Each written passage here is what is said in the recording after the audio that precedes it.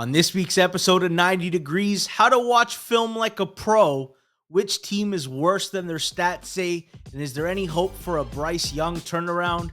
That and more on today's episode of 90 Degrees. Welcome to the 90 Degrees podcast, where we take an inside look into the football sports betting industry. My guest today is Ted Nguyen. You probably are familiar with his work on Twitter. He's always posting about game film, staff writer for The Athletic, co-host of the State of the Nation podcast. Ted, thanks so much for doing this. Yeah, no problem. Thanks for having me on. Ted, I wanted to know, what was your introduction to football? Do you remember how old you were when you got into it?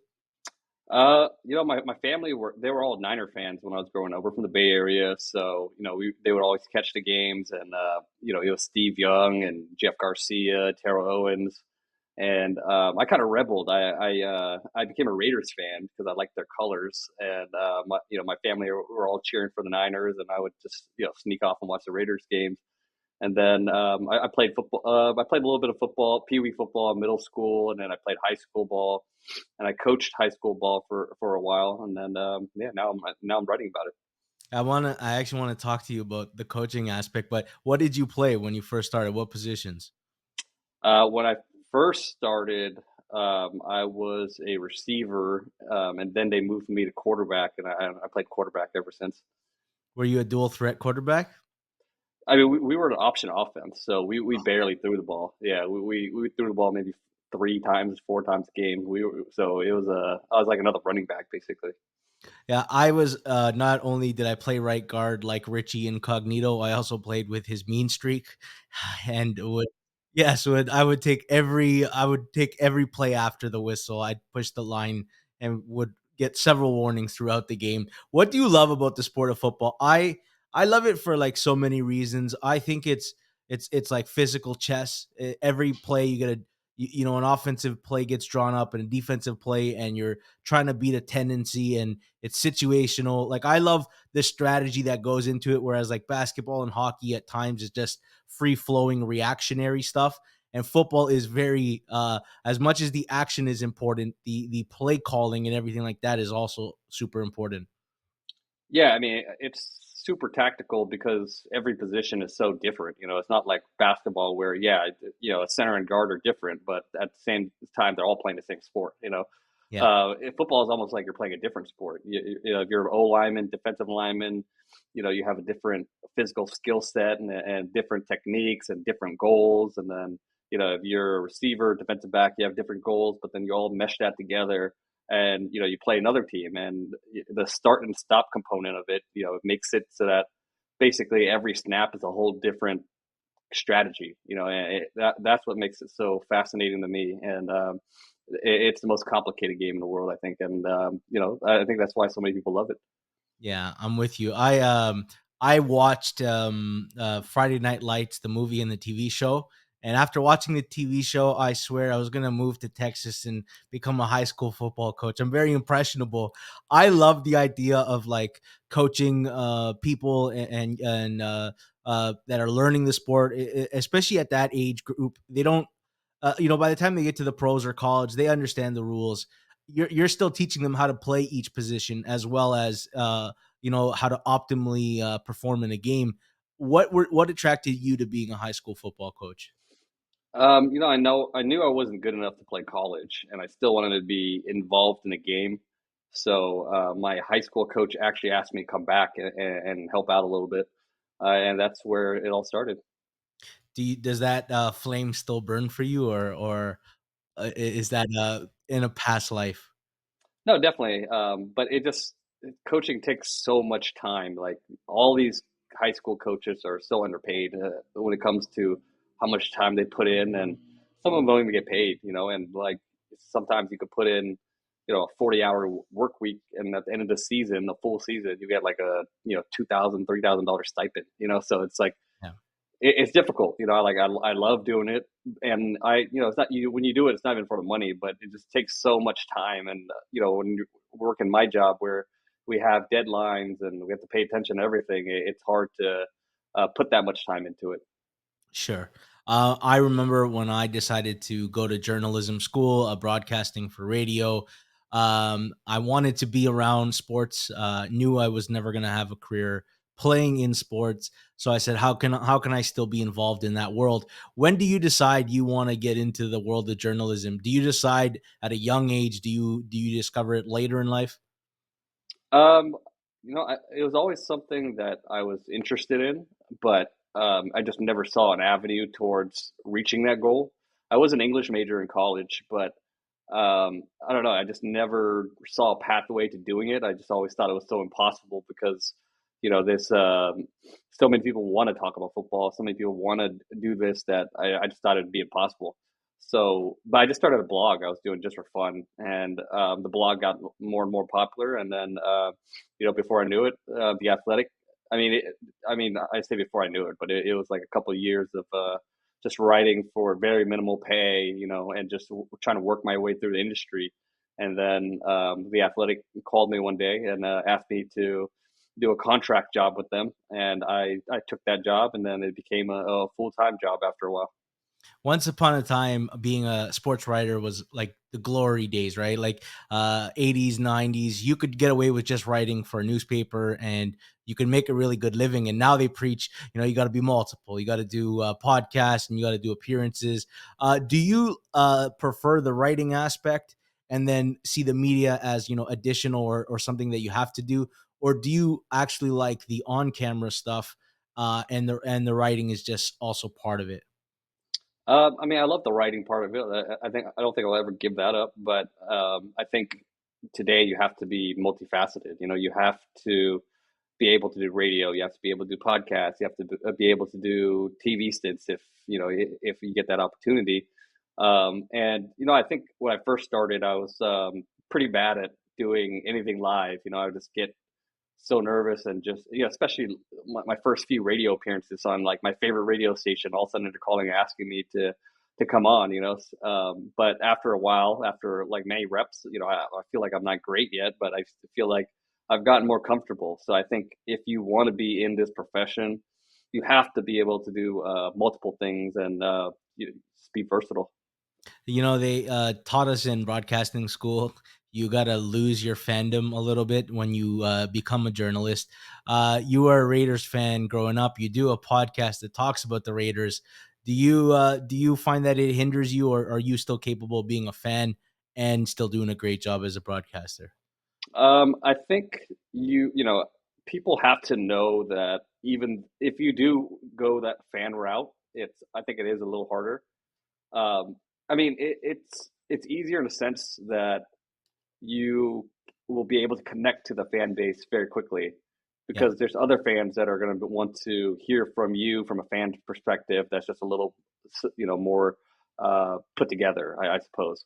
But it limits you. There's a ceiling to that because people aren't really going to um, take you seriously as as a serious journalist. They're always going to think you have that fan angle, Hmm. and unless you could separate yourself from that fan angle and show that you're objective, then there's going to be a ceiling when if you do decide to take that angle towards the media.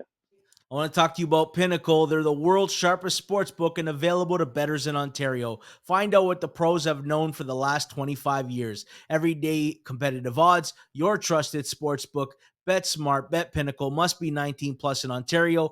Please play responsibly. Not available in the US. Now back to the show. Yeah, I follow for each team, 4 or 5 beat writers, and some of the beat reporters, some of them are fans. Some go the other way, like they will purposely rile up the fan base by maybe taking the most, pessimistic look at current state of affairs. And then there's the ones that you could tell are just straight nuts and bolts. Here's the facts. I'll leave a lot of my opinion out of it.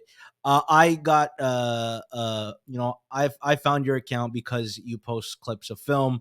I love seeing it. Guys like, Benjamin Solak, Robert Mays, Nate Tice. I admire people who watch film and break it down and give people an inside look. How much film are you watching on any given day or week? It's a lot more earlier in the week when the film comes out. So Monday morning is when it comes out. So I'm just trying to watch as much as I can on Monday. Monday and Tuesday are pretty much like no free time type of days where I'm watching film, I'm trying to write, and I'm doing, radio appearances and all that stuff. So it's a mix. I don't know exactly how to separate my film watching time with my writing and all of the duties that the job has. But I would say Monday and Tuesday is just like from morning to 2 a.m. or whenever it's all done. Yeah, and Monday is my day as well to catch up on the games that I haven't watched. But I'm not watching all 22 in specifics. I'm looking more so for game flow and maybe some things that are not captured by the stats at the end of the day. I One of the most fascinating podcasts I ever heard was someone describing what a scout does on their weekly duties, and anybody who is an aspiring scout could listen to that and get a better idea what they do. For those that want to become, film watchers, you wrote a great article a few years ago about what to go about, what to look for. I just wanted to articulate some of those points for those who haven't read it. I do recommend it, and if this is the first time that you're hearing this, somebody who wants to watch film, you describe it as there's different levels, and you have to progress through each level to get to the final level where you actually know exactly what you're looking for. Yeah, so I was a high school teacher for a little bit, and that probably my teacher side of me coming out, assigning a level or a grade or a syllabus to this, as you will. But yeah, I mean, I just thought it'd be fun to kind of have fans assess themselves on their knowledge, which is why I put a level tiered. But for that article, I just gathered a bunch of questions and things that I see that people get wrong very often, and I just try to put it all together in an article. One article that encompasses all. Carson Palmer talked to me, and I got some interesting information from him. Talked to a bunch of other good guys around the league, and was able to put together that article. And it's to this date still one of my most popular articles, and I find people are still going back to it. In the beginning of the year when they want to get a little refresher Mhm. on some of the basics about football. Well, one of the points was quarterbacks aren't always looking off defenders. What do you mean by that? So I think whenever somebody sees a quarterback looking one way and then looking the other way, um, people kind of assume, oh, he's looking off the defender. He's just trying to move that defender to the left. And that does happen. A lot of the good quarterbacks know how to manipulate defenders. But I mean, there are also quarterbacks that are just simply going through their reads. They're going from read one to read two to read three. And a good play would progress in a manner where, if this guy's not open, then that means that defender maybe moved over there. So this receiver is going to be open.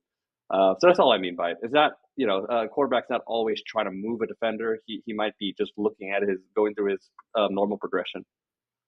Yeah, one of my favorite things when watching young quarterbacks, and I don't need gaudy stats in year one. I need to see certain things that you do well that will translate to the next level. I like a quarterback that's young that will take some shots down the field.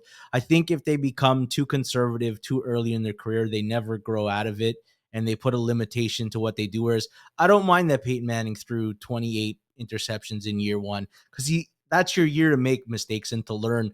I want to know that when pressure comes, does he just immediately look to tuck and run? Or is he still hanging in the pocket, looking through reads and seeing who else he can get the ball off of? Even if he doesn't have success, I can find some traits that I think are translatable. You set a point of what to look for post snap. We all follow the ball, right? When we're watching the TV broadcast and they force us that way. What are you looking for once you see the snap? Well, we can't always see what's happening in the secondary because the broadcast angle is always zoomed in towards the quarterback. And my point against that was always you're missing half the story. Because half the story is the quarterback, the other half of the story is what's happening in the secondary, which is why I love Amazon Prime Vision so much because they give you that option to watch the all 22 on Thursday Night Football. Sorry, what was the question again? Yeah, like, what are you looking for post snap? So, sometimes I will look at the trench play and how often someone wins the trench battle. I will also watch the ball, but and then I'm also watching the receiver in the corner battle. There's like three different aspects of what I'm looking for post snap. I was wondering what your process is. What are you looking for post snap? Yeah, post if I'm able to see the secondary, I want to see what the safeties are doing. The quarterback's always mostly always looking at what the weak safety is doing because there's so many teams that disguise now and they're just lining up it too high and they're shifting into the coverages. So the weak side safety usually tells you the story of what the coverage is. But if I don't see the secondary, which is most of the time, unless you're watching all 22, then yeah, I'm watching a combination of the offensive line and quarterback. I'm trying to have a soft focus on both to see what they're doing because if you see the offensive line firing off into the second level, and then you know it's pretty much a run. If they're kind of playing a little softer, then you know it might be a play action or a pass. Are you also looking at like formations and tendencies out of the formations? Like the old Pittsburgh Steelers when X running back is in the backfield, it's a pass versus a run. Are you looking for teams that telegraph their stuff, or is that not something that you're looking at? Sometimes, I mean, if you know that there could be a get a tell coming into the game, then I might be looking for it. And if you just happen to find it, then I'll look at it moving forward. But it's not something that I'm actively looking for. I think that's pretty difficult to do unless you're watching the all 22 or you're I don't know even a level above. If you're like an actual scout that is trained to watch for those things. Hey, yeah, the easiest way to improve as a sports bettor is use multiple sports books and always get the best odds. We recommend using an odds comparison tool like BetStamp. BetStamp compares odds across every sports book for games, futures, and player props. Save time and money by checking BetStamp before you bet. Download the app today. If you're looking to sign up for a new sportsbook account, please check out the offers available at betstamp.app/circlesoff or hit the link in the description. If you sign up through this page, it helps support the show. Now back to the episode. Yeah, or if you have data of like players on the field and what the play was, a run or a pass. What's something that you think that the stats don't accurately capture when you watch a film? When you watch film, Something the stats don't accurately capture. I mean, quarterback percentage, completion percentage is one of those things. Just because a quarterback has a high completion percentage doesn't mean he's playing well, or it doesn't mean he's accurate. He might just be checking the ball down a lot, taking a lot of safe throws. So I think that's one stat that I don't really like people using too much when it comes to evaluating a quarterback. yeah, for myself, I like to look at did they leave a better play on the board? There's the open guy underneath, but if you're just looking at the second level, there was a better play. There was an opportunity for an explosive. I look for that. And I also look for mistakes or a blunder to justify explosives. Whereas, a well drawn up explosive is one thing, but a guy slipping and getting cooked and, your team gets cooked, I might not weigh them down as much just because, sometimes it's just a freak thing. You just lose your footing. Is there a team whose film is a lot better than their record this year? Mm, I mean, when let's see, team that's filmed a lot better than our record. Mm, Or the opposite, a team whose film is worse than their record? I have one, and I wanted to run it by you. all right, why don't you go first, and then I'll try to think of one. I think the Detroit Lions film is worse than their record, and um, especially there's three games that stand out to me of like the Kansas City game where obviously we know the receivers dropped a lot of balls against them, so they weren't punished for poor coverage, but it happened in the Tampa game as well where they lost 20 when they won 20-6. Like Baker Mayfield had Trey Palmer open for three wide open touchdowns, could not hit him for the life of him. Now that's a Baker thing. He will often airmail open guys, but I also saw it in the game. Yeah, I also saw it in the Vegas game. Like if Jimmy G can just throw one ball to Devontae Adams, there's a different. So there's a team who, not that their stats are great. I don't think their defense and their secondary is as improved as the stats right now tell us, because I think they just haven't been punished yet, except for the one time they played a team that could punish them and Baltimore ran it up on them. And I saw some warts there. Whereas the next time Detroit plays a true powerhouse team that with an accurate quarterback, maybe like the Chargers, maybe leaving guys wide open, they'll get punished for it. I agree with that. I think their offense is really good, but I think their defense is hit or miss because they're very aggressive. So And I wrote about this actually before the Ravens game. I predicted the Ravens would win. Um, I didn't think it was gonna be that bad, but I thought they were gonna win the game and score some points just So because did I. So did I. yeah, that's because the Lions defense, they're extremely aggressive. Their linebackers are flying up to against the run. So they're susceptible against play action. Obviously, they're playing tight coverage, and that works against some of the bad teams. But against a good receiver like Devontae Adams, they might slip behind you, and a better quarterback or a better offensive line might be able to hold up and hit one of those throws. So I agree with you. I think the Lions defense is not as good as their numbers show. I Yeah. think their offense is pretty damn good though. Yeah, so he's one of my favorite play callers. I'm also spoiled. I'm a Miami Dolphin fan, and I particularly like our offensive play caller. Is there an offensive play caller that you really are a fan of? Like you watch it and you smile a little. You're like, I really enjoy what this guy does. Yeah, Shane Steichen, and it goes back to the offense he put together for Jalen Hurts in Philadelphia. I just thought there's so many good, clever plays, and they just have such a good way of taking advantage of their players' strengths and not really asking them to do what they aren't good at. And they're still kind of running this copy of Shane Steichen's offense. I mean, why wouldn't you? I mean, they're not quite as good as they were last year because you don't have Shane Steichen. But I do think Brian Johnson's a good coach. I just think Shane Steichen's on another level, and you see what did with the Colts when Anthony Richardson was healthy. You see what he's able to do with Gardner Minshew. I mean, it's not a bad offense. They They put up move the over ball. 30. Yeah, they put up over 30 points against the Cleveland Browns. The best defense, historically good defense before that game. So he's like a very, very good play caller, and once he gets more tools to work with, I think the Colts are going to be a pretty dangerous offense for a long time. What about defensively? I know I hear a lot of people really gushing about how Mike McDonald is calling defense in Baltimore. Is there a defensive play caller that you are really enjoying their work right now?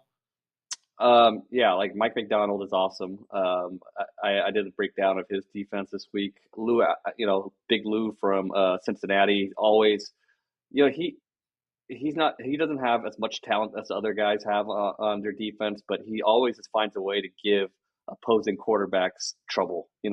With his play calling, with just taking away certain things they like to do. And Jim Schwartz obviously is doing an amazing job with the Cleveland Browns. So I think there's a lot of good defensive play callers this year, and it's one of the reasons why we're seeing offenses not score as many points as we've seen in the past. I promise this isn't because I'm a Dolphins fan, but I've always liked how Brian Flores calls defense, and I remember preseason we're all discussing range of outcomes for team's offensive or defensive, abilities. And Minnesota, like on paper, it wasn't the best defense from a talent perspective. So we said, their floor is they're a bad defense, and their ceiling is like below average, maybe average. And Brian Flores has them playing at their ceiling, and he doesn't hide what he does. He dials up blitz more than anyone. I still remember the game a couple years ago against the Ravens on Thursday Night Football, where we went zero blitz 57 times against Lamar Jackson. I really like Brian Flores, how he sends different blitzes to confuse people. It's not just an outright Wink Martindale just send the house. I think Brian Flores disguises it better. I think he blitzes his corners better, and he's a defensive play caller that I still admire. Yeah, I love the Brian Flores hire for the Vikings because it's so different than what everybody else is doing. And like you said, it's not just all engage eight blitzing everyone type of. There's like very smart mechanics in these blitzes that make it hard to pass on. And he's surpassed my expectations for what I thought he would do this season because I thought they would be a boom or bust type of defense, and that would be very good for them based on their talent level. I think it's better to be a boomer bust defense than just simply a defense that sits back and gets picked apart. Yeah. But they're a legitimately good defense. I mean, they're not elite or anything, but they're a good defense that teams have trouble against. You work in football, and like football at times can feel like it's a 365-day news cycle, although that month and a half after the draft and before training camps seems to be everybody's downtime. When is your downtime? Do you plan it in the off season, usually after the draft?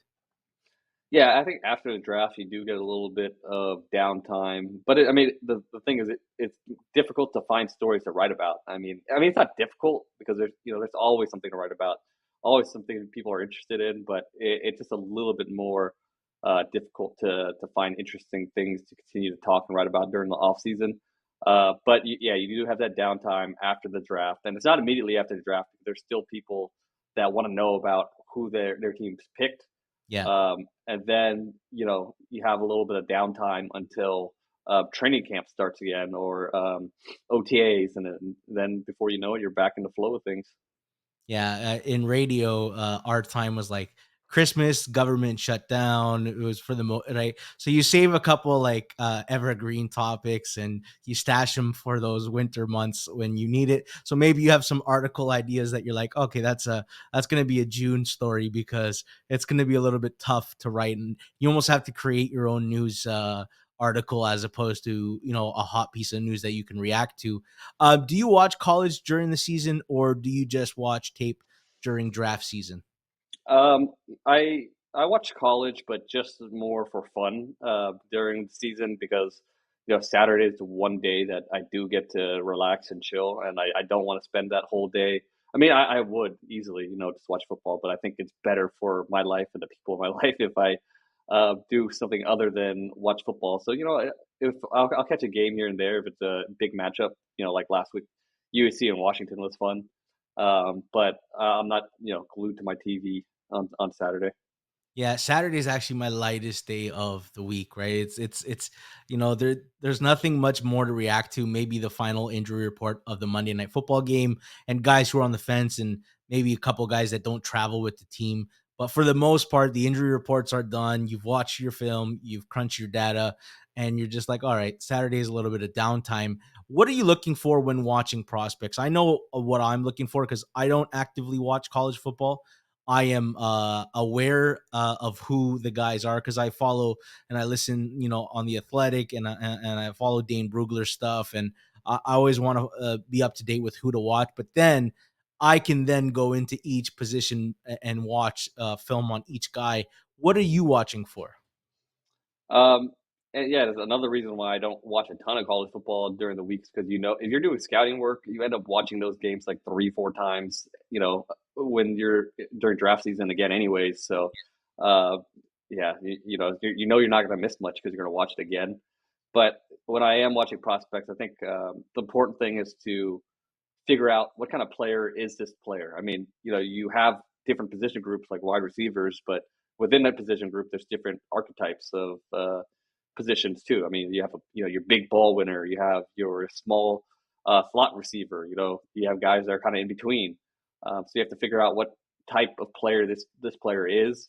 You have to figure out, does he do things that help him win consistently, and Mhm. will it translate to the next level? So that's the kind of stuff I'm looking for, and obviously, you want to find those high end traits, and you want to figure out if those high end traits will translate into the league. Yeah, I love watching cornerbacks at watching their tape. Like I was all over Tariq Woolen and Zion McCollum last year. First of all, they had athletic traits that popped off the paper, but I wanted to see if it was translatable. I was adamant that CJ Stroud was QB1 in this draft. I just remember everybody getting wowed by Anthony Richardson at the combine, and then you watch them throw, and Stroud didn't have a misplaced ball. He was just so pinpoint accurate. Carolina and people who watch Bryce Young against the Chicago Bears, a defense that pretty much everyone has picked apart, and Bryce had one really good throw that you chart and you say, wow. And it's starting to look a little bleak. I want to ask you, why has CJ Stroud been so much better than Bryce Young, and why hasn't Bryce Young's college success translated to the pros yet? Yeah, I mean, with CJ Stroud, obviously, his accuracy was so, it just jumped off the tape. Like every throw was on target, ball placement on the money, on time. And I'll be honest, I like CJ Stroud. I thought he had a very high, I thought he had a very high floor. I questioned his ceiling. Yeah, everyone said, Kirk Cousins was the ceiling, and I kept bashing my head. I'm like, "No, man, he's so accurate, and, like, accuracy is the most transferable thing to the pros. Outside of Josh Allen, who was inaccurate in college, usually you need to be accurate in college to translate, but I disagreed with the ceiling, but sorry to interrupt you. All good. No, I mean, I saw more Dak Prescott. I saw Mm, more Dak Prescott, but more accurate, which is, Dak did kind of struggle with off target throws. Early in his career, he's much better at it now. But I saw more of a Dak Prescott. Good arm, but not elite. Not that you need an elite arm, but it's fun to have. Good mobility. I just didn't. There wasn't enough of a sample of playmaking for me, mhm, and obviously, he hasn't really needed to be a playmaker because he's been so remarkably. He's translated so the way he's picked up the pro game and picked yeah, up pro coverages and be able to manipulate pro coverages. It's pretty amazing. Like I don't think I've ever seen a young quarterback pick all this up so quickly and be able to translate it on the field. It's pretty amazing, and I don't really think that we'll see many guys do this. I think this is kind of like a once in a generation type of rookie season from him because he's not relying on his athleticism. He's just, no. obviously the tight window throws, the accuracy is there, but he's playing the position like a veteran quarterback, and you know, who knows exactly where that ceiling is? But I mean, even if you see if that ceiling is that Tampa Bay Buccaneers game where he threw 5 touchdowns, that's pretty damn high. So I'm just very impressed by the way he's picked up the game, and I don't think even the biggest CJ Stroud proponent, maybe you did, but I think the way he's picked up the game is pretty amazing and almost unpredictable. You know what flashed for me was because everybody says, "I never saw the athletic and wow stuff." I'm like, "Yeah, the Georgia game is the answer, right? That was the first time we said, "Oh my god, he has everything and he can do things with his feet." And he chose not to. And obviously when you have Chris Olave and Garrett Wilson and Jackson Smith and Jigba and then Marvin Harrison, maybe sitting in the pocket and throwing it is the optimal way to play the position. But he flashed it once in the Georgia game, and I said, wait a minute, there's something more there. And that's why I thought the ceiling was a little bit higher. Let's talk about Bryce Young. Is it a cheap cop out to just say it's the size? Because it's glaring. Like there's times, especially in the Colts game, where he's throwing balls directly to Colts defenders. And I'm like, did he see that guy? Why is Bryce Young struggled? And or do you still, what's your level of optimism on Bryce Young becoming a guy? Yeah, I mean, I did not have Bryce. Anthony Richardson was my number one guy, but Mm, when I watch Bryce Young, obviously he has all those processing traits, and it's all true. The way he sees the game, the way he quickly reacts to certain things the defense does, it's very high level, and I don't think that suddenly turned off when he came to NFL. But I mean, it's just hard to judge him right now, just because of how bad that Panthers offense is. They can't run the ball, they can't pass protect, they can't separate. But like you said, it's very obvious that he is not a even baseline level athlete in the NFL. I mean, mm. he's quick enough to get away from guys, but he's not going to rip through an arm tackle. He's not going to make a spectacular throw with all arm talent. It's just not there. That's not the guy you drafted. So I think there's still hope for him. I think um, you want to see him take kind of that Tua path.